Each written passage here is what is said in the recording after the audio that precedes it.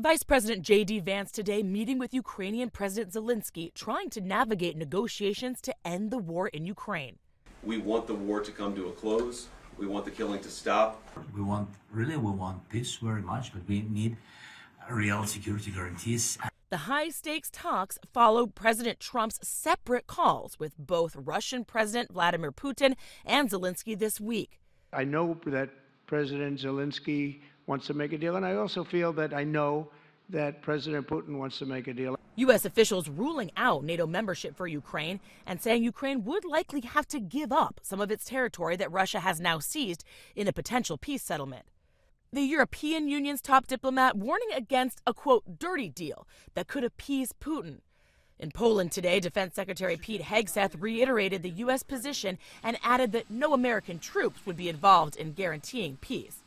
The reality of U.S. troops in Ukraine is unlikely.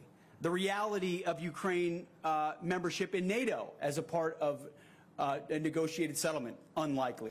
Today, Zelenskyy said the U.S. never truly saw Ukraine as a NATO member, but he's demanding at least a seat at the negotiating table to end the war. And new evidence today of the potentially catastrophic dangers of this war. CCTV showing an armed drone striking the protective shield over a reactor at the Chernobyl nuclear power plant. Ukraine blaming Russia, Russia denying involvement.